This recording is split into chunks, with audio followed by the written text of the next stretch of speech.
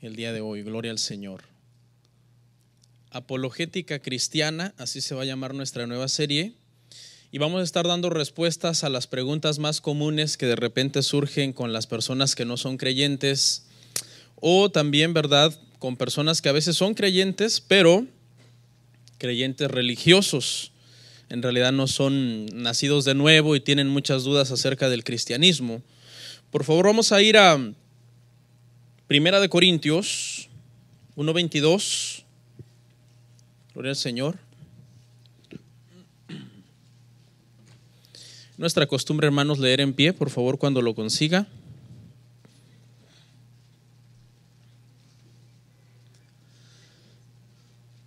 Primera epístola a los Corintios, capítulo 1, versículo 22.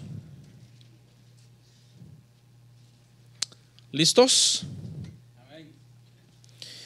Dice la palabra del Señor: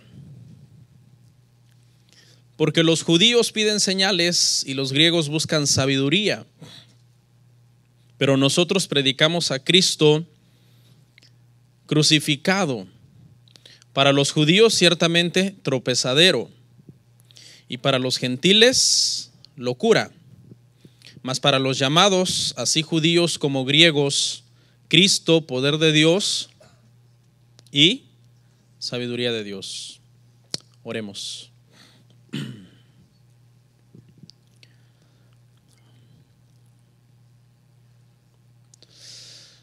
Gracias, Padre. Te adoramos, Señor, te bendecimos en este momento. Como decía el salmista David, Señor, que los dichos de nuestra boca puedan ser gratos a ti y la meditación de nuestro corazón, Señor, esté basada en tu palabra, Señor. Gracias porque tenemos este día, Padre, para poder estar en tu casa.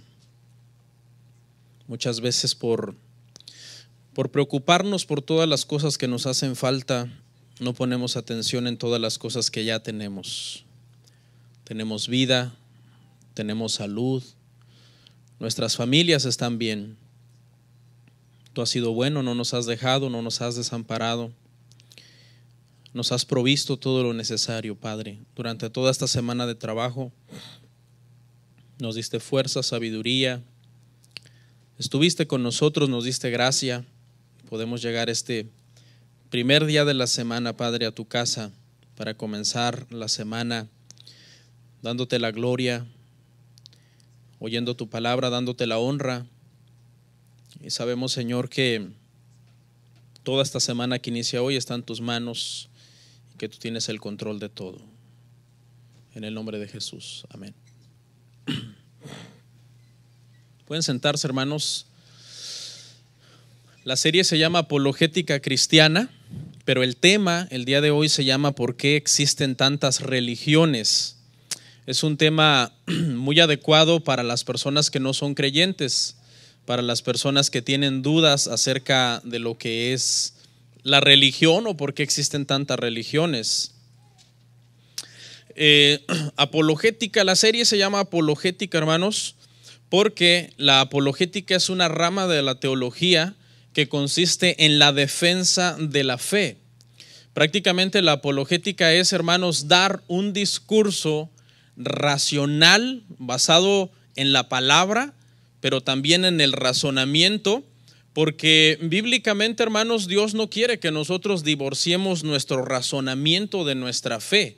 Eso es eso que muchas veces por ahí dicen que tú creas a lo ciego y que tú digas amén en fe.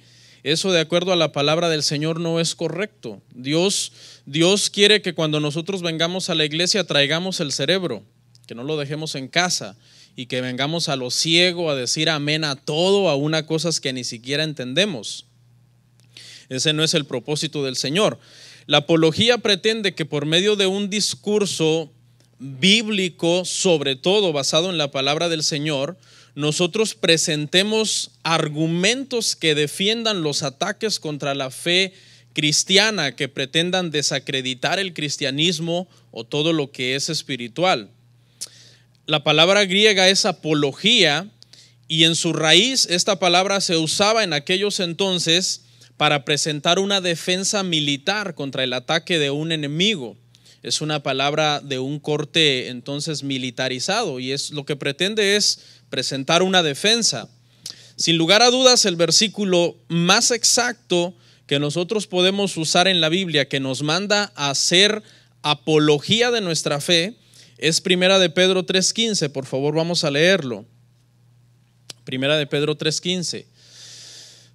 Dice lo siguiente, dice: sino santificad a Dios el Señor en vuestros corazones y estad siempre preparados para presentar defensa con mansedumbre y reverencia ante todo el que os demande razón de la esperanza que hay en vosotros.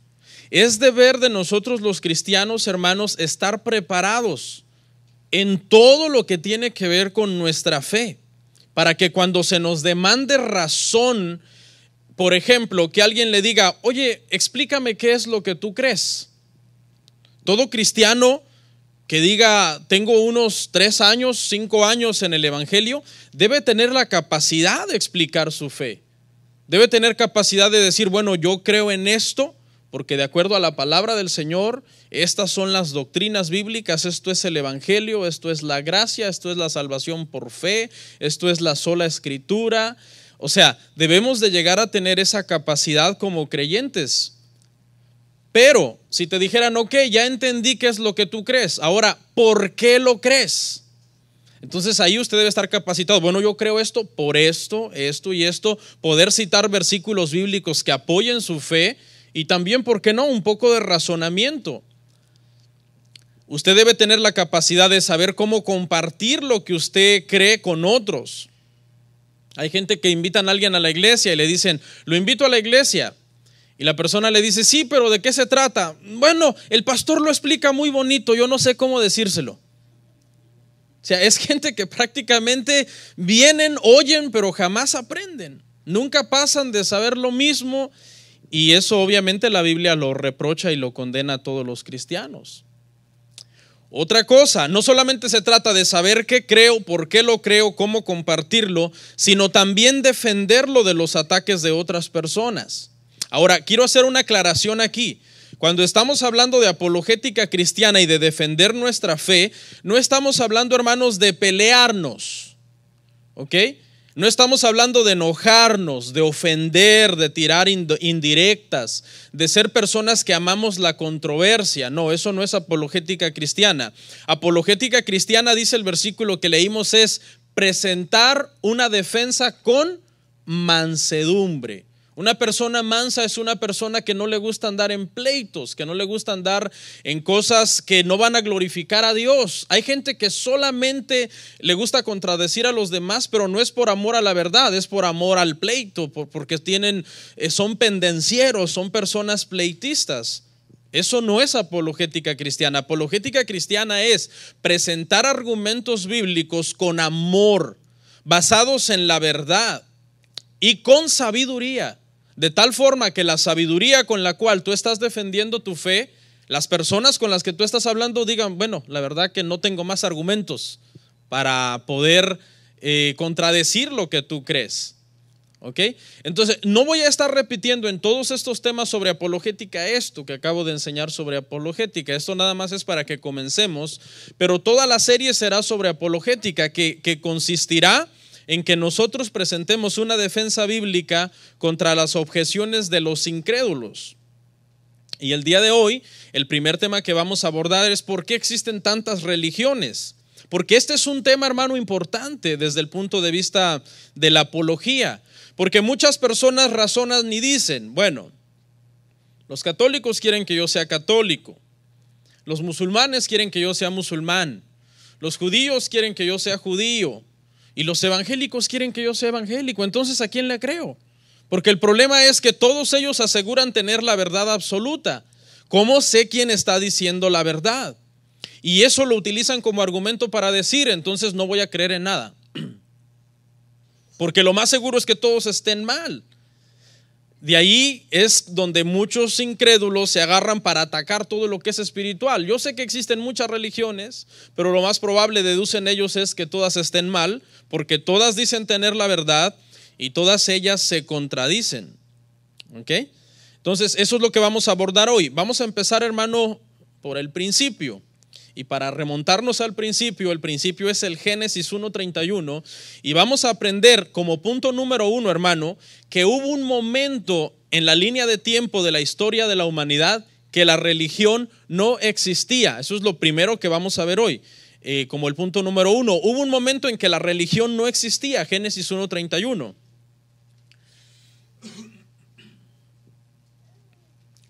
Leemos, dice, y vio Dios todo lo que había hecho, y aquí que era bueno en gran manera, y fue la tarde y la mañana el día sexto. Entonces, como punto número 1, vamos a aprender aquí, hermanos, que hubo un momento en que todo era perfecto, la obediencia del hombre era perfecta, la relación del hombre con Dios era perfecta, y la religión no existía. Todo era bueno. Todo lo que Dios acabó de crear en los 6 días que Él hizo todas las cosas, lo terminó, y dentro de esa lista de cosas creadas no aparecía la religión. Dios no creó la religión desde un principio. ¿Ok? Eso es lo primero que vamos a aprender ahí. Ahora vamos a ir a Génesis 3:8. ¿Ok? Porque inmediatamente después de la creación entra en escena la primera religión.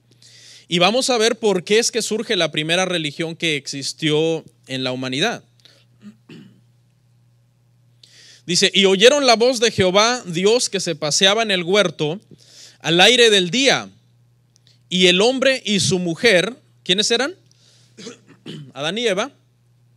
Dice, se escondieron de la presencia de Jehová Dios entre los árboles del huerto. ¿Qué pasó? ¿Por qué se escondieron? Sabemos que pecaron, desobedecieron la palabra del Señor. El Señor les dijo, no coman de ese árbol, y ellos comieron. Satanás vino, los tentó, hizo que Eva pecara, Eva le dio a Adán, comenzaron a echarse la culpa unos a otros, e inmediatamente cuando ellos pecaron, perdieron el estado de inocencia en el que estaban, descubrieron que estaban desnudos. Y lo primero que hacen su primera reacción es darse cuenta que no pueden presentarse delante de Dios como estaban. Dijeron, no podemos estar delante de Dios en el estado que estamos. ¿Qué hicieron? Se escondieron. Antes del pecado eso no sucedía. Adán hablaba con Dios en el huerto del Edén al aire del día. Pero una vez que ellos pecan, su primer impulso es esconderse de la presencia del Señor. Y fíjese lo que hicieron a continuación, aunque vamos a volver al verso 7, en lugar de avanzar retrocedemos un poco. Génesis 3:7 dice, entonces fueron abiertos los ojos de ambos y conocieron que estaban desnudos. Entonces cosieron hojas de higuera y se hicieron delantales. Aquí está la primera religión que se inventó en Génesis capítulo 3, versículo 7. La consecuencia del pecado fue descubrir que ellos no podían ir delante de Dios en el estado que estaban. No podemos ir delante de Él. Inmediatamente entró al mundo lo que es una religión de obras, una religión de intentar yo por mis propios méritos cubrir mi vergüenza, cubrir mi pecado para poderme yo presentar delante de Dios. ¿Quién inventó la primera religión entonces que existió en este mundo? El ser humano. Adán y Eva inventaron la primera religión, que consistía en agarrar unas hojas de higuera, cubrirse sus vergüenzas para poder estar dignos delante de Dios. Esa es la intención de todas las religiones falsas que existen en el mundo. Decirte, haz esto para que puedas estar bien, para que puedas estar correcto delante del Señor. Todas las religiones falsas, hermanos, son religiones de obras inútiles y de esfuerzos humanos. Y la primera nació, hermanos, en el jardín del Edén. Una religión de obras muertas, de obras que no llevan a ningún lado. ¿Cuántas horas usted cree que le iban a durar las hojas a Adán y a Eva? ¿Unas 24 horas? ¿48 horas? ¿72 horas? ¿Y luego qué había que hacer? Ponerse otras hojas. Porque esas hojas se iban a marchitar y no iban a durar mucho. Así es como funciona la religión falsa el día de hoy. Es una religión de obras que consiste en estar haciendo cosas constantemente con tal de que si en este momento yo muero, pueda yo ser salvo por lo que acabo de hacer, por la buena obra que yo acabo de hacer. ¿Qué hizo Dios en respuesta? Dios en respuesta crea la única religión verdadera que existe en el mundo. Génesis 3:21. Cuando digo religión, ahí le vamos a poner entre comillas, entendiendo que no es una religión en sí como las religiones, sino un método de salvación. Vea lo que hace Dios ante la primera religión falsa que se inventó en el mundo. Y Jehová Dios hizo al hombre y a su mujer túnicas de pieles y los vistió. No existía la religión, todo era perfecto al principio. Viene el pecado. ¿Cuál es el primer impulso del hombre? Crear una religión falsa de obras humanas, de obras inútiles para poder yo estar delante de Dios. ¿Cuál es la reacción de Dios? Crear una religión verdadera que pueda salvar al pecador. Porque ahora Adán y Eva están en un estado de pecado y necesitan ser redimidos. ¿Y en qué consiste dicha religión? Consiste en sacrificar a un animal para que por la vida de este animal el pecado de estas personas pueda ser cubierto.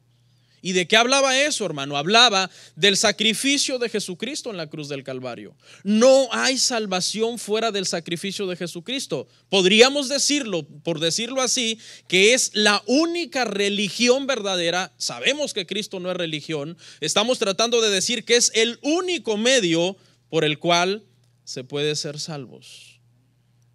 El Señor prepara túnicas de pieles que le podían durar a Adán y a Eva, ¿cuánto? Toda su vida.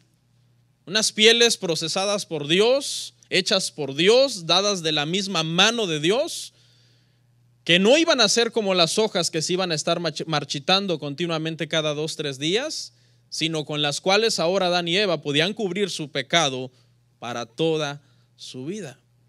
Y todo eso apuntaba a la cruz del Calvario. Pasarían muchos años antes de que Dios le diera la ley a Moisés, y después de darle la ley pasarían 1500 años para que viniera Jesús. Pero ya desde el jardín del Edén, antes que existiera la ley y antes que existiera la cruz, ya el Señor había dicho: solamente existirá una forma de ser salvo, y será por medio del sacrificio de alguien más. No por medio de las obras que tú puedas hacer, sino por medio de tener una fe salvadora en ese sacrificio que yo haré. Porque ¿sabe qué? De la misma forma que Dios mismo con sus mismas manos, por decirlo así, utilizando un lenguaje obviamente de antropocéntrico, refiriéndonos al hombre, Dios mismo fue el que mató ese animal, le quitó la piel y se la dio a Adán y a Eva. Pregunta: ¿quién mató a Jesucristo? Dios mismo. Hechos nos lo enseña claramente, que ya estaba escrito que así sería, que el sacrificio de Jesús fue planeado por Dios aún antes de la fundación del mundo. Dios lo planificó, Dios lo orquestó, Dios puso en el corazón del sumo sacerdote, de los romanos, de los soldados, para que Cristo fuera, hermanos, crucificado, y la salvación fuera únicamente por medio de Jesús. Podemos deducir hasta este punto entonces, hermanos, que la única religión de Dios, la única religión verdadera, la única religión que salva, se llama la gracia de Dios. Si nosotros tuviéramos que darle un nombre a la única religión verdadera en todo el planeta, tendría que ser la gracia de Dios. ¿Y qué significa la gracia de Dios? Favor no merecido. ¿Pidieron a Adán y Eva túnicas? No las pidieron. ¿Le sugirieron a Dios: mata a un animal para que nos des túnicas? No se lo sugirieron. Le dijeron: por favor ayúdanos porque si no las hojas se nos estarán marchitando seguido y necesitamos más hojas. No, todo fue designio y voluntad de Dios. No me están pidiendo túnicas, mas aquí están. No me están diciendo de dónde saque yo las túnicas, mas yo se las doy por medio de la vida de otro animal que va a morir para que ustedes puedan ser cubiertos de su pecado. ¿Por qué existen tantas religiones? Podríamos deducir, hermanos, basados en lo que acabamos de aprender aquí, que en realidad en el mundo no existen tantas religiones. Pastor, pero es que yo conozco muchas. Fíjese, hermano, que de acuerdo a lo que nosotros acabamos de aprender ahorita, en el mundo solamente existen 2 religiones: la verdadera y la falsa. Y la falsa tiene muchos nombres. Podemos llamarla X, Y, Z. Le podemos dar muchos nombres. La única religión verdadera es la que Dios creó. Es una religión por gracia. Es una religión donde la persona es salvada mediante el sacrificio de alguien más.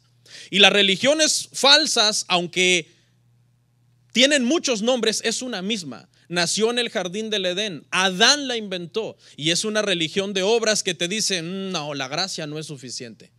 Es gracia más lo que tú puedas hacer. Es gracia más ciertos rituales. Es gracia más ciertas dietas, requisitos, fiestas, días de reposo, lunas nuevas, etcétera. Toda religión entonces podemos deducir acá, hermano, que diga que la salvación no es solo por gracia mediante la fe, es falsa. Puede llamarse como se llame, más adelante veremos algunos nombres.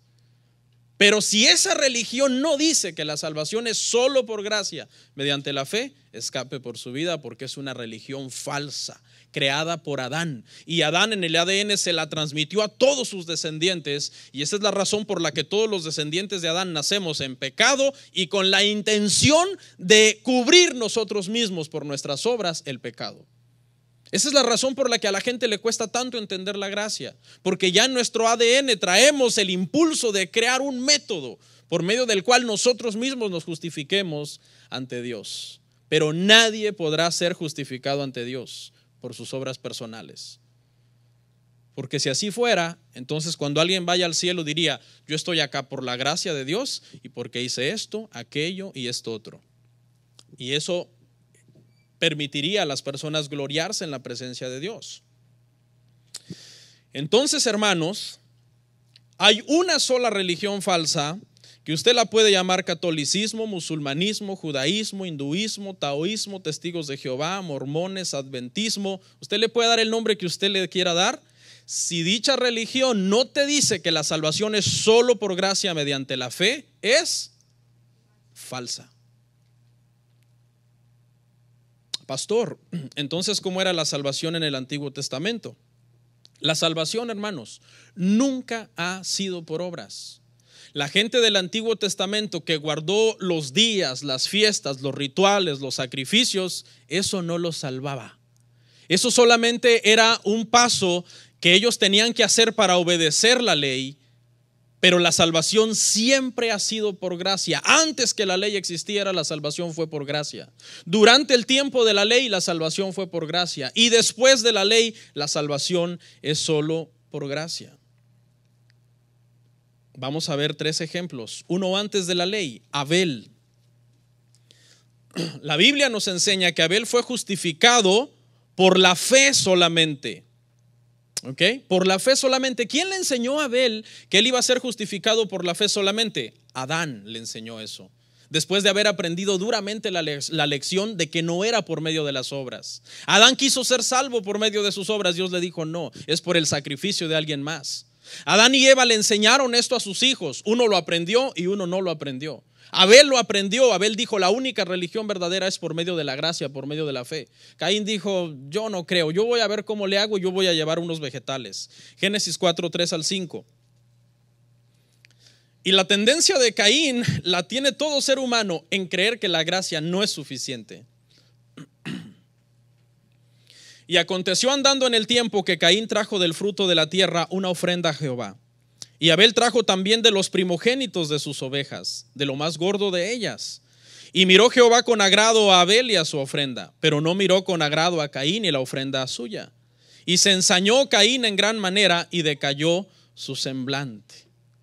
A Dios le agradó la ofrenda de sacrificio, pero del sacrificio que se iba a hacer al quitarle la vida al cordero que Abel trajo, para que por medio de ese sacrificio se demostrara la fe de Abel. Porque la ofrenda de Abel fue una ofrenda de fe, mientras que la ofrenda de Caín fue una ofrenda de obras.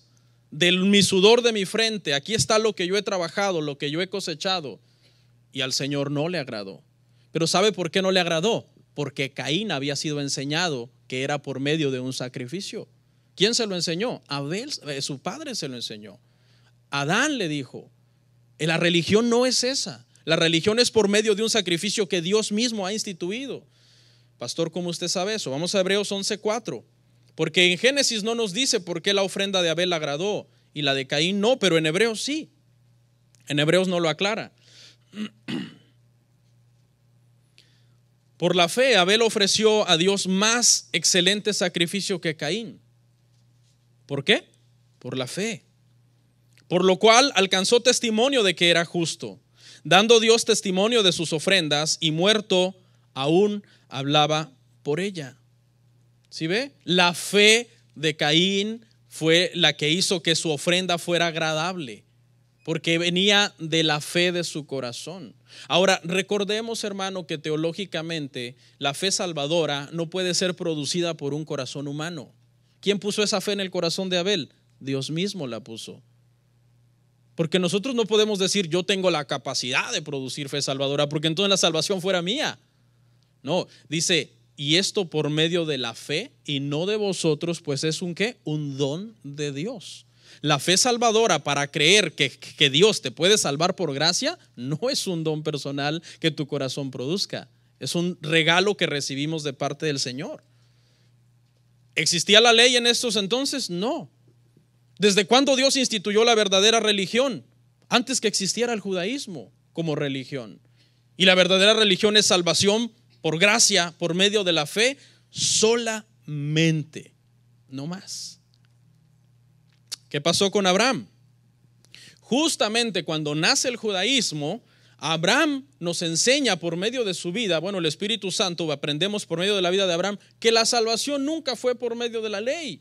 Génesis 15:6 nos dice, escuche, y creyó a Jehová y le fue contado por justicia.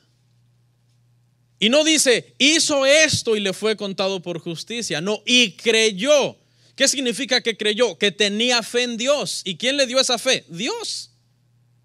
Y le fue contado por justicia. ¿Significa esto que Abraham se volvió un hombre perfecto? No, la doctrina de la justificación no es que yo me hago perfecto cuando soy justificado. No, sino que soy declarado legalmente correcto delante de los ojos del Señor. Lo aprendimos en la serie pasada. Eso fue lo que pasó con Abraham. Abraham, después de que fue justificado, ¿cometió errores? Claro que sí. ¿Se acuerdan? Una ocasión mintió cuando tuvo miedo que Abimelec lo matara por su esposa, porque él dijo, mi esposa es demasiado bonita, y mejor le dijo a Abimelec, es mi hermana. Y Abimelec, estaba a punto de tomarla cuando él dijo, no la tomes porque tiene marido. ¿Qué más hizo? Adelantó el propósito de Dios cuando Sara le dijo, aquí está mi sierva Agar. Y él dijo, bueno, gracias, esposita. Abraham fue justificado por su fe. ¿Quién le dio esa fe? Dios. ¿Se hizo perfecto Abraham al ser justificado? No, fue declarado solamente legalmente correcto ante Dios. Porque Dios no te puede dar una fe para que creas en Él y luego no justificarte. No tiene ningún sentido que Dios te diga, ok, te doy fe para que creas en mí, pero ¿sabes qué? A ver, ¿cómo le haces para que yo te perdone tu pecado? Porque yo no sé, yo no voy a hacer nada por ti. No, Él nos da la fe y por medio del sacrificio de la cruz nos declara legalmente correctos ante Él. Pastor, pero Abraham se circuncidó. Sí, pero se circuncidó después de que ya había sido salvo. Génesis 17:10. Génesis 17:10, escuche, este es mi pacto que guardaréis entre mí y vosotros y tu descendencia después de ti. Será circuncidado todo varón de entre vosotros. Aquí en Génesis 17 es cuando Dios instituye la circuncisión para los judíos, pero Abraham ya había sido salvado en Génesis 15. Cuando él creyó a Dios y le fue contado por justicia. ¿Se circuncidó entonces para ser salvo? No, se circuncidó porque era salvo y por ser salvo obedecía a Dios. Si hubiera muerto antes de circuncidarse, ¿a dónde hubiera ido? Al cielo. Porque la salvación no es por obras. Lo hizo en obediencia para empezar el pacto de una nación, de un pueblo de donde nacería Jesús, el Salvador.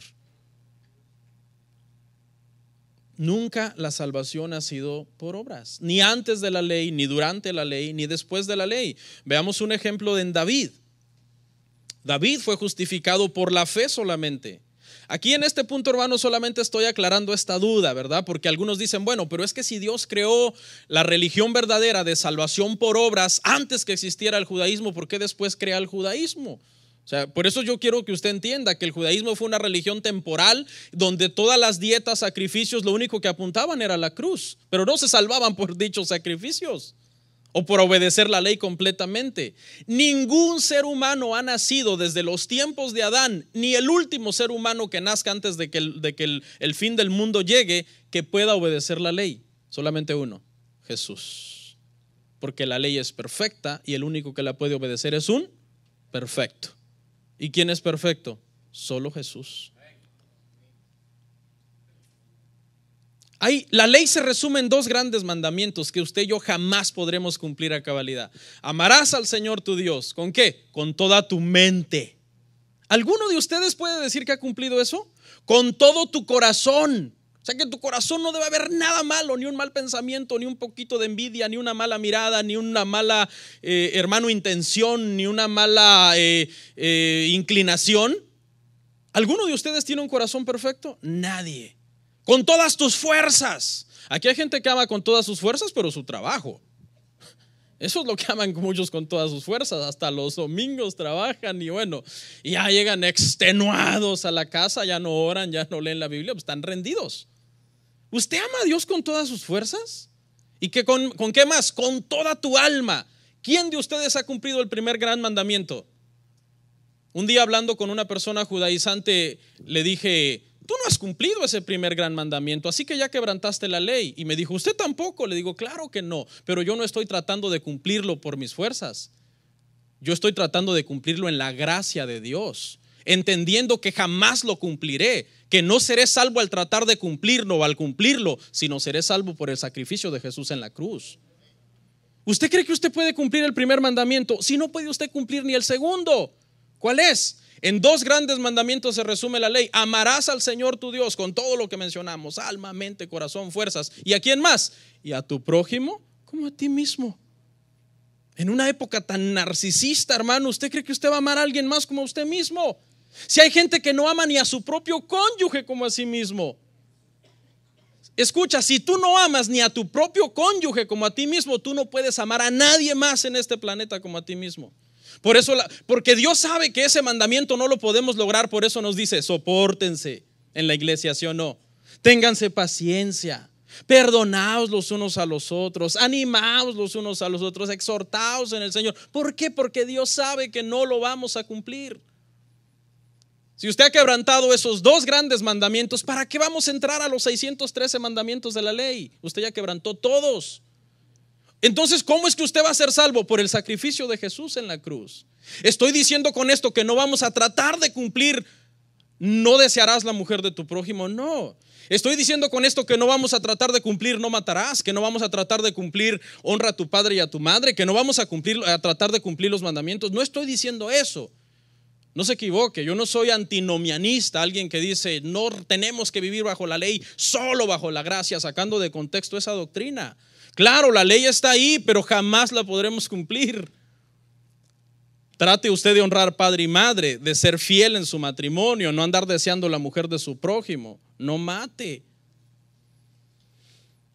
Porque en la ley había que matar físicamente, y hoy en la gracia es con solamente llamarle necio a alguien, usted ya lo mató. Y en la ley había que acostarse con una mujer, y hoy en la gracia es con solo codiciarla. Vamos a ver a David, ahí me quedé. Romanos 4, 6 al 8. Vea lo que le pasó a David. Como también David habla de la bienaventuranza del hombre a quien Dios atribuye justicia sin obras, diciendo: bienaventurados aquellos cuyas iniquidades son perdonadas y cuyos pecados son ¿qué? Cubiertos. Bienaventurado el varón a quien el Señor no inculpa de pecado. David pecó, pecados groseros, adulterio, intento de homicidio, mentiras, etcétera. ¿Fue justificado porque después de haber hecho todo eso salió corriendo a ofrecer un sacrificio? No. Lea el Salmo 51. Sacrificio tú no quieres, aunque yo te lo daría, pero el corazón contrito y humillado no lo despreciarás, oh Dios. David no hizo ningún sacrificio que lo pudiera redimir el pecado que él había cometido. Fue por su fe en Dios, porque su corazón estaba rendido a él y sabía: tú eres Dios, tú me escogiste para ser rey de Israel y yo te fallé, te deshonré, desobedecí tu palabra. Y fue esa fe y esa humillación tan profunda que le garantizó el perdón a él y no los sacrificios de la ley. Nunca, hermanos, nunca, escuche bien, la salvación ha sido por obras humanas. Y no hay religión en este planeta que pueda salvar a una persona, a menos que dicha religión te enseñe la única forma de ser salvo es por gracia mediante la fe. ¿Por qué? Porque esa fue la religión que Dios creó en el Edén.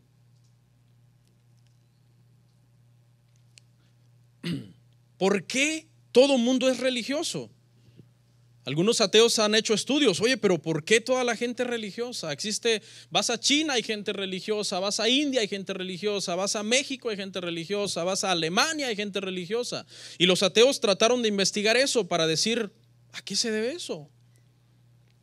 Y la verdad es que no encontraron la respuesta porque no la buscaron en la Biblia. La respuesta está en la Biblia, Hechos 17, 22 al 23.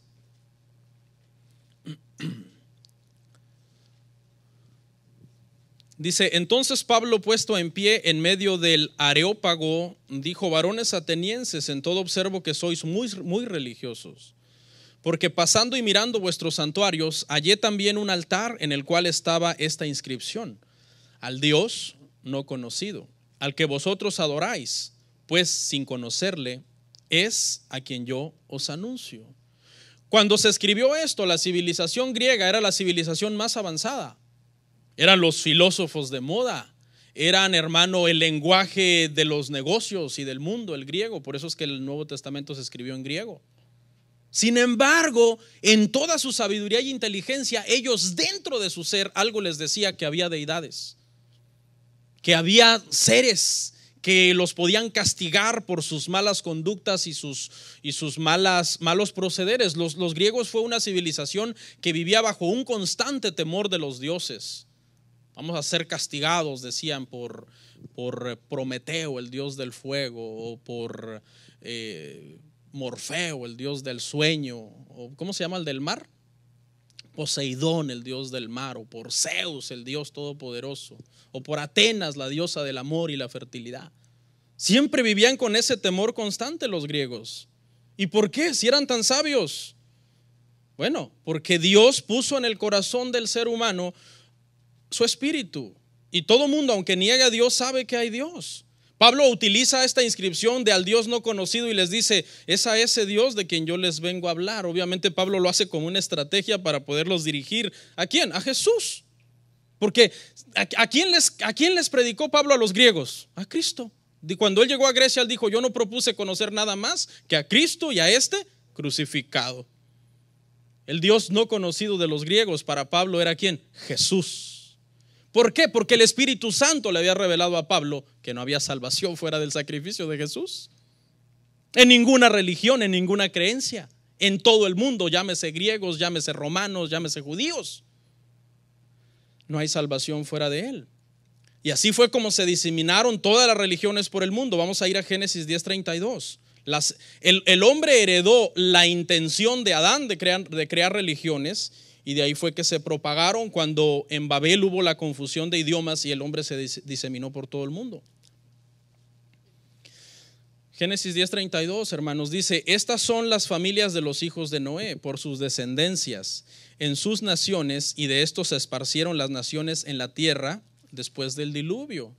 Se confundieron los idiomas, se dispersaron las personas, y todo mundo llevaba el ADN de Adán, y todo mundo comenzó a crear su propia religión. Esa es la razón por que todas las culturas antiguas, llámense griegos, sumerios, asirios, babilónicos, todo mundo tenía sus deidades y todo mundo tenía sus creencias. Y curiosamente, fíjese, hermano, que en todas estas culturas todos relatan cosas que sucedieron en la creación, cosas de la creación. Todo mundo de estas culturas tiene su propia historia acerca de Satanás cuando engañó a la humanidad. Todas estas culturas tienen su propia versión del diluvio, que se fue distorsionando con el paso de los siglos en cada una de las culturas. ¿Por qué? Porque Pablo le dijo a los romanos, ahí en el capítulo 17 que leímos, léalo más adelante en su casa. Pablo les dice: porque Dios fue el que creó todo lo que ustedes ven, y de una sola sangre hizo el linaje de todos los hombres. ¿Y cuál es esa sangre? La sangre de Adán. Y los científicos dan testimonio de que eso es verdad, que se han enseñado, se encuentran rasgos genéticos en todos los seres humanos que procedemos de una sola mujer. Eso usted lo puede investigar. ¿Y quién era esa mujer? Eva. Así es. Por eso es que nacieron tantísimas religiones, pero en realidad es una sola, es una religión de obras creada por Adán, que le transmitió a todos sus descendientes. Ok, aquí vamos a entrar ya al tema, pero es breve. ¿Cómo puede entonces una persona llegar a la verdadera religión? O sea, ok, pastor, ya aprendimos, no había religión al principio, todo era perfecto, vino el pecado, Adán crea la primera religión de obras, Dios dice, no es así, será por el sacrificio de alguien más, crea la religión verdadera. Esa religión de Adán, aunque tenga muchos nombres, es una sola, es una religión falsa en todo el mundo. Pero aquí la cuestión es, ¿y cómo vendrán entonces las personas a la verdadera religión? Lo que yo le quiero decir en este punto, hermanos, es que usted no se preocupe. Usted haga lo que tiene que hacer, dar buen testimonio, hablarle a las personas de Cristo, pero usted no debe de llevar la carga de decir, tengo una gran carga en mi corazón porque a causa de tanta religión falsa, a mí me duele que la gente se pierda y se confunda. Escuchen, no, eso no va a pasar, ¿okay? Eso no va a pasar. Dios creó una sola religión verdadera, salvación por gracia mediante la fe. Y cuando Él escogió esa religión verdadera, cuando Él creó esa religión verdadera, Él escogió a todos los que creerían en esa religión. Ninguno faltará. Tarde o temprano, todo el que Dios ha decidido salvar vendrá a la religión verdadera. Dios lo sacará de donde sea, del musulmanismo, del judaísmo, del catolicismo, del mormonismo, de donde sea, de cualquier tipo de secta que exista en el mundo, de la incredulidad, del ateísmo, del agnosticismo, de lo que sea. O sea, usted no esté con ese pendiente, ay padre, comiéndome las uñas, hay tanta religión que me preocupa, que estas religiones producirán que un montón de gente se pierda. Tranquilo, Dios previó eso. Y Dios lo que hizo fue asegurarse de que ninguno falte a un llamado que Él les hará para que vengan a la salvación los que Él ha escogido. Sería ilógico que Dios crea una religión única, la única que da salvación, y que Dios diga, bueno, hay que vean cómo se las arreglan para arreglar toda su confusión del musulmanismo y del catolicismo y a ver si logran salir de tanto enredo. No. Busque testimonios en internet. ¿Cuántos musulmanes se convierten al Señor? ¿Cuántos católicos? ¿Cuántos mormones? Porque el mormonismo es una secta. Testigos de Jehová, etcétera. ¿Por qué? ¿Por qué se convierten? Bueno, pues porque el Señor los trae con lazos de amor a la única religión verdadera que Él creó. ¿Qué cree? Ahorita, hermano, está bien fuerte la conversión de ateos. Es increíble. La conversión de ateos, hermano, está bien fuerte porque los ateos se han metido a investigar. Bueno, ¿de verdad existió Jesús? Y descubren históricamente que sí existió. Bueno, ok. Pero ¿de verdad resucitó? Y se van a todas las fuentes históricas. Wow, sí resucitó. Si resucitó, entonces todo lo que dijo era verdad. Busque testimonios de esos, hermanos, de científicos que se han metido a investigar acerca de Jesús y terminan como convertidos. ¿Por qué? Porque Dios va a sacar de donde quiera que las personas estén para que vengan al conocimiento de la verdad. En este punto voy a hablar dos cositas teológicas. No me gusta hablar muchas cositas teológicas porque de repente son cosas técnicas y todo, pero escuche, dos cosas importantes que tenemos que aprender de lo que Dios hará para que nadie falte a la religión verdadera que Él creyó. Dios decidió revelarse a la humanidad. ¿Okay? Desde el punto de vista teológico, la revelación de Dios se entiende de la siguiente forma. Revelación en su raíz etimológica significa quitar el velo. ¿Okay? Cuando Dios creó todo, Dios vino desde la eternidad, una dimensión no física en la cual Él estaba, creó la dimensión física y Dios creó todo. Pero cuando Dios creó todo, Dios decidió agarrar la cortinita que estaba enfrente de Él y quitarla para que la humanidad la pudiera ver, lo pudiera ver a Él. Ningún ser humano podía recorrer la cortina, es imposible, somos mortales, finitos, débiles, en fin, nuestro conocimiento es muy limitado. Nosotros no podíamos decir, bueno, ¿y esto? ¿Dónde está el que creó todo esto? No, Dios decidió revelarse Él personalmente. Dentro de la revelación, teológicamente hay dos tipos de revelación. La primera es la revelación general. La revelación general es cómo Dios decidió mostrarse a todos los seres humanos sin excepción. A todos los seres humanos sin excepción Dios ha dado parte de su revelación. ¿Con qué propósito?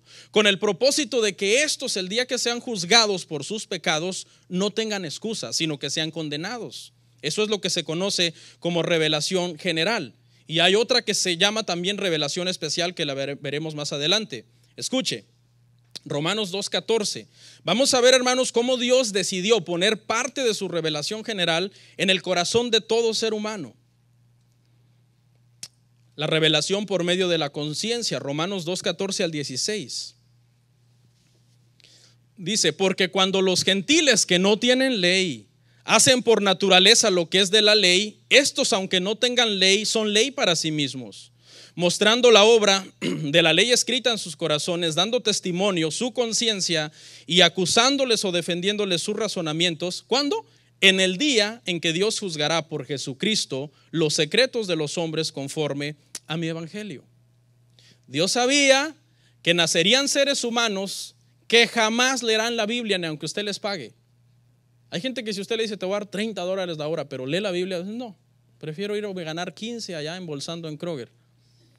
Dios sabía eso, Dios sabía que va a haber enemigos de él que nunca van a leer la Biblia. ¿Qué cree que fue lo que hizo Dios? Les escribió parte de la Biblia en el corazón. Eso es lo que se conoce como conciencia, como la ley del corazón. O sea, aún antes de que Dios le diera la ley a Moisés, ¿cuándo se la da? En Éxodo 20 le da la ley a Moisés. En Génesis 9:6 ya el Señor les había dicho que ellos sabían que no podían asesinar. Génesis 9:6 no la traigo, pero le dice el Señor, el que mate a otro hombre merece la muerte también. No estoy diciéndolo tal y como está, pero esa es la idea. ¿Y hasta cuándo Dios les da la ley no matarás? Éxodo 20:13, no matarás. ¿Y por qué desde antes de darle la ley ya les está diciendo ustedes saben que no pueden matar? Porque todo ser humano nace con la ley moral de Dios escrita en su corazón. Esto en parte Dios lo usa en algunos casos para que los que son escogidos de él vengan al conocimiento de él, porque esa ley está martillando a las personas. Todo mundo nace pudiendo discernir lo que está bien y lo que está mal. Eso es una ley moral escrita en el corazón de los seres humanos. Eso es la revelación general a toda la creación. Otro método de revelación general, hermanos, es la creación. Romanos 1:20. La creación. Dice, porque las cosas invisibles de él, su eterno poder y deidad, se hacen claramente visibles desde la creación del mundo, siendo entendidas por medio de las cosas hechas, de modo que no tienen excusa. Escuche, delante de Dios la creación es un evangelista que nos comienza a predicar desde el momento en que nacemos, crecemos y empezamos a razonar. Uy, ¿qué es el cielo? ¿Qué es el mar? Y esos árboles tan hermosos y estas flores tan lindas y esos animales como las chitas que pueden correr a esa velocidad tan increíble. ¿Quién diseñó esto? Para Dios, decía Jonathan Edwards, decía un puritano de la época de 1700, decía que la creación es como un espejo que refleja la gloria de Dios. Es un evangelista gigante que nos grita a todos que si hay una creación, hay ¿qué? Un creador. Y que la teoría de la evolución y del Big Bang contradice todas las leyes de la lógica, porque es imposible que de nada pueda salir algo. Eso no tiene sentido. Hasta el día de hoy los ateos luchan con eso. Ellos dicen, simplemente no entendemos. O sea, sabemos que no hay Dios, dicen ellos, pero hay cosas de la creación que no alcanzamos a entender. Y esa parte que ellos no alcanzan a entender es porque dentro de ellos tienen el Espíritu de Dios, porque cuando Dios creó a Adán, le puso su Espíritu. Y muy profundo dentro de ellos saben que hay un Dios. Pastor, entonces, ¿por qué algunos no creen? Dijimos que la revelación general, hermano, es para todos sin excepción. Eso incluye a los que no creerán. Las personas que van a ir al infierno, eso no significa que Dios no les reveló parte de su ser. Dios se lo reveló, escribiendo su ley en su corazón y diciéndoles vean la creación. Pero ¿por qué aún así no creen? Salmos 14:1 nos dice por qué. Escuche, dice el necio en su corazón no hay Dios. Se han corrompido, hacen obras abominables, no hay quien haga el bien. Ahora, le explico algo. Esta palabra necio aquí, hermano, no significa ignorante o falto de inteligencia. No, la palabra necio aquí en este salmo significa inmoral. Alguien que es capaz de acallar su conciencia que le está gritando que hay un Dios, con tal de no creer y poder seguir una vida en donde no tenga que darle cuentas a nadie. Muchos de los que están aquí hoy sentados, ustedes que me están mirando, saben que Dios existe. No entienden muchas cosas, no entiendo la Biblia y no entiendo por qué hay que ir a la iglesia y no entiendo por qué hay que oír a ese señor que habla una hora ahí parado. No entienden eso, pero saben que hay un Dios. Saben, porque muy dentro de ustedes algo les dice, ¿de dónde saliste? ¿Quién te creó? ¿Qué haces aquí? ¿Hacia dónde vas? Las 3 preguntas que ningún ser humano ha podido contestar es: ¿de dónde vengo? ¿De dónde vengo? O sea, si tú no crees en Dios, ¿de dónde veniste? Pastor, la evolución y la teoría del origen de las especies según Darwin nos enseña que nosotros evolucionamos. Falso, falso. No puede salir algo de nada. La segunda pregunta es: ¿qué estoy haciendo aquí? ¿Qué estás haciendo aquí en la tierra? O sea, si no hay ningún propósito, pues ya termina con el suplicio. Mentira, ¿no?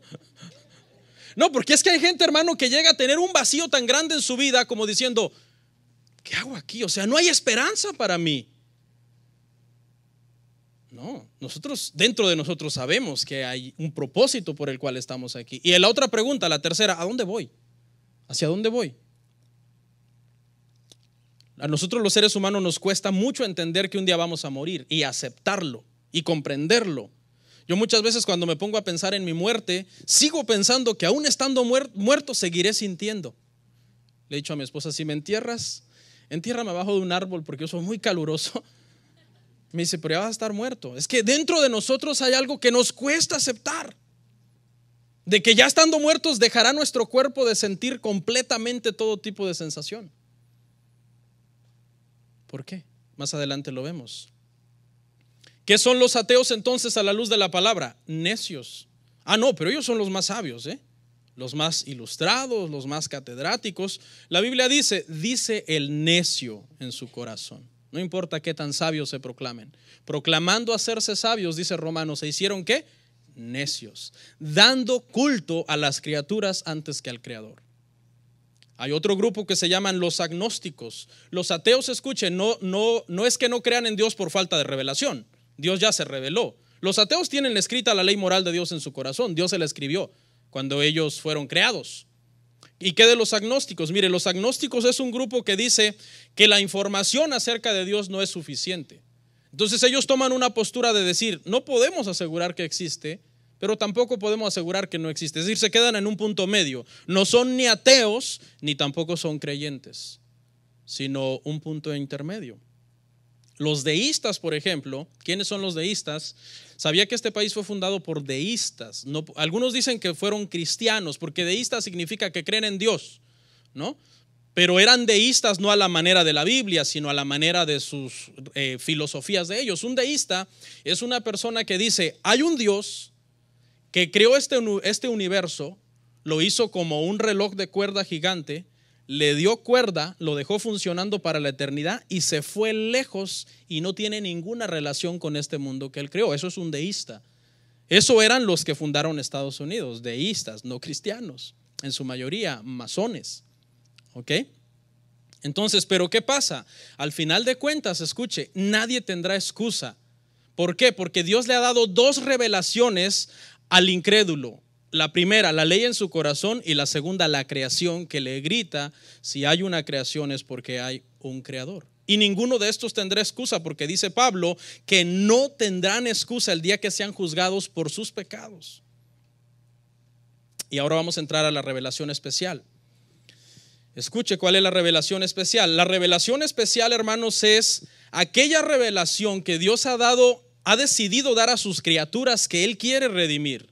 Es una revelación plena, suficiente para que las criaturas que Él ha decidido redimir crean en Él y respondan en fe salvadora y en arrepentimiento genuino.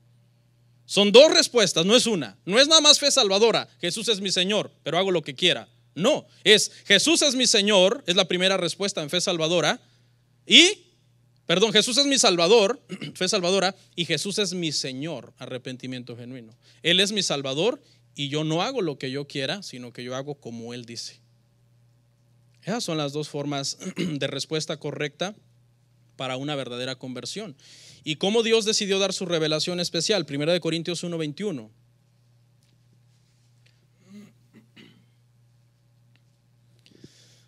Dice: pues ya que en la sabiduría de Dios el mundo no conoció a Dios mediante la sabiduría, agradó a Dios salvar a los creyentes por la locura de la predicación. Los que Dios ha decidido revelárseles de una forma tan poderosa que no lo puedan rechazar, Dios agarra y de entre el mundo a la cual Dios le ha dado una revelación general de Él, Dios avienta una red que se llama evangelio. Y cuando estas personas oyen el evangelio, el Espíritu Santo entra en ellos, los regenera, es decir, les da vida espiritual. Ellos responden al llamado diciendo: esto es la verdad, Jesús es el Señor y no hay salvación fuera de Él. Esa es la revelación especial. Y entonces Dios jala la red y saca a todos los suyos. ¿Por qué fuimos salvos? Porque Dios decidió recorrer la cortina para que lo viéramos. O sea, ¿cómo nosotros le vamos a decir a Dios: revélate a mí, Señor, yo te quiero ver? No. Fue decisión de Él, siendo un ser soberano y todopoderoso, que decide Él, por su gran amor, recorrer la cortina para que lo veamos. Por eso es que la salvación no es, hermano, para el que quiere, no es para el que corre, es de quien Dios tiene ¿qué? Misericordia. ¿Y cómo tiene misericordia? Diciendo: heme aquí estoy, hombre. Tú eres mío. Ninguno viene a Jesús, ¿sí qué? Si el Padre no le trae. Y los que el Padre me da, dijo Jesús, nadie los arrebatará de mi mano. Y yo les daré vida eterna. Eso es la revelación especial y así es como la tenemos que entender bíblicamente. Y no contradice nada ninguna de las otras doctrinas de la Biblia. ¿Ok? Bueno, ya voy cerrando. Fíjese, quiero argumentar un poco más contra el ateísmo, porque obviamente es de los peores enemigos de lo que es lo sobrenatural. Todos los incrédulos o ateos dicen creer en la evolución y dan las siguientes explicaciones de por qué el hombre es religioso o por qué el hombre siempre está pensando en deidades y en hacer sacrificios y en ponerse a cuentas con deidades. Ellos deducen lo siguiente: que cuando el hombre evolucionó y por fin el hombre llegó a ser un primate, ¿no? Y ellos hablan de lo que fueron el hombre de Cromagnon y el hombre de Java y el hombre de Pekín. Usted debe haber estudiado todo eso en la escuela, ¿no? No le quiero dar una cátedra de eso porque tampoco no sé, no es mi área. No, pero ellos dicen, los ateos dicen que cuando por fin el hombre evolucionó a un grado de llegar a ser el famoso Homo sapiens, hombre pensante, y comenzó, a verdad, con su idioma cavernícola, andaba por ahí el hombre. Y entonces un día el hombre oyó un trueno en el cielo. Y el hombre, el hombre empezó a pensar que ese trueno era un Dios que le estaba hablando. Entonces de ahí empezaron a decir que había alguien allá arriba en el cielo, según los ateos. Y luego ese hombre, hermano, cavernícola, vio un rayo caer sobre un árbol y el árbol agarró fuego y ellos nunca habían visto el fuego y pensaron que el fuego era un Dios. Y comenzaron ahí a danzar alrededor del Dios, haciendo ahí sus rituales y todo. Y luego vieron un eclipse y pensaron que la luna era una diosa, que tenía el poder de tapar al sol. O sea, esas son las explicaciones que los ateos dan de por qué en todo mundo alguien cree que hay una deidad. Esa es la explicación de ellos, pero la explicación bíblica es que todos los descendientes de Adán tienen la tendencia de crear una religión para poder presentarse bien delante de Dios. Sabemos que la evolución es falsa. Por eso se llama teoría. Si no se llamara teoría, si no fuera una teoría, sería una ley.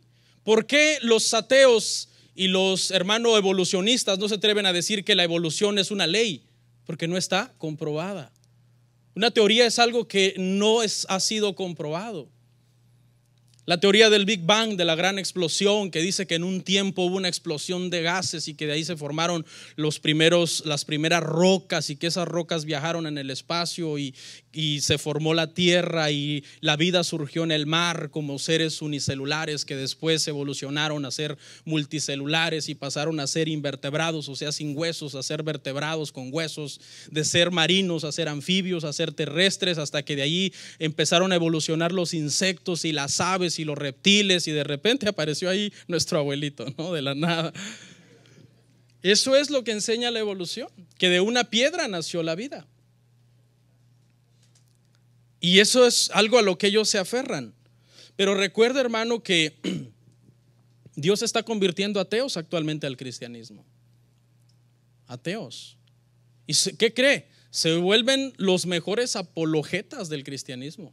Porque son la gente que tiene la preparación para hablar de su conversión y decir, esta es la razón por la que yo me convertí, y tienen todos los argumentos científicos y filosóficos para respaldar lo que ellos creen.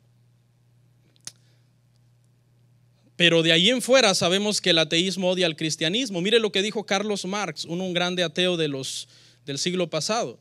Escuche, dijo que la religión es el opio de los pueblos, porque es como un sedante que adormece a la gente y la hace pasiva ante la injusticia, con la promesa de que si sufren recibirán el cielo, y eso basta. ¿Esto aplica a la religión que Dios creó? No. Esto puede aplicar a las religiones falsas, donde hay muchos países que utilizan un sistema de religión falso para manipular al pueblo. Por ejemplo, en ese sentido fue que en la Edad Media se inventó el dogma de la confesión.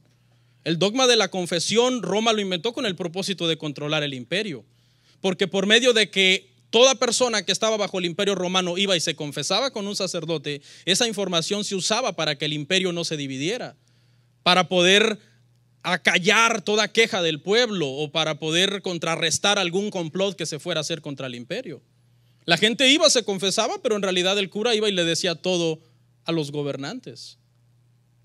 Pero ¿eso aplica en el cristianismo? No, porque en el cristianismo el Dios que inventó dicha religión de salvación solo por gracia, vea lo que hizo, se hizo hombre y vino a la cruz y murió por nosotros, para que fuéramos justificados, no para que viviéramos en injusticias, sino para que fuéramos justificados por su gracia. Ahora, cuando digo no para que viviéramos en injusticias, no estoy diciendo que a usted nunca le va a salir algo mal, ¿ok? Que a usted algún día no le van a pagar, que a usted algún día no lo van a multar injustamente. Yo no estoy diciendo eso. Eso nos puede pasar también a los cristianos. Pero el Dios en el que nosotros creemos, que creó la única religión verdadera que existe, se hizo hombre y vino a sufrir a esta tierra para darnos vida eterna. Despiértense. Mire lo que dijo Friedrich Nietzsche. Nietzsche, lo conocen así como Nietzsche. Friedrich Nietzsche. Este fue el que popularizó la frase Dios está muerto y nosotros lo matamos. Este hombre era hijo de un pastor. Su abuelo había sido pastor también. Era de generación de pastores. En algún momento de su juventud algo le pasó. Por eso hay que tener mucho cuidado cómo creamos a nuestros hijos. ¿Ok? Con mucha sabiduría. Y yo me confieso culpable que a veces me falta sabiduría, porque es que los hijos le salen a uno con unas cosas. Pero ahí estamos aprendiendo. Y este hombre, hermano, algo le pasó. Hubo un snap, algo en su vida. Tengan cuidado, jóvenes. ¿Okay? Ustedes pueden pasar de ser los niños que sirven a ser los demonios de no sé dónde, y eso no queremos que pase, obviamente. Y este hombre, hermano, al final se volvió loco y murió recitando versículos bíblicos de todo lo que aprendió en la escuela dominical. Richard Dawkins, uno de los más grandes ateos modernos, que escribió un libro que se llama The God Delusion, o sea, Dios no existe, como tratando de decir es una ilusión, Dios es una ilusión de los pueblos, de las masas, de la gente, de los ignorantes. Este hombre odia a los cristianos, él dice que los cristianos somos estúpidos.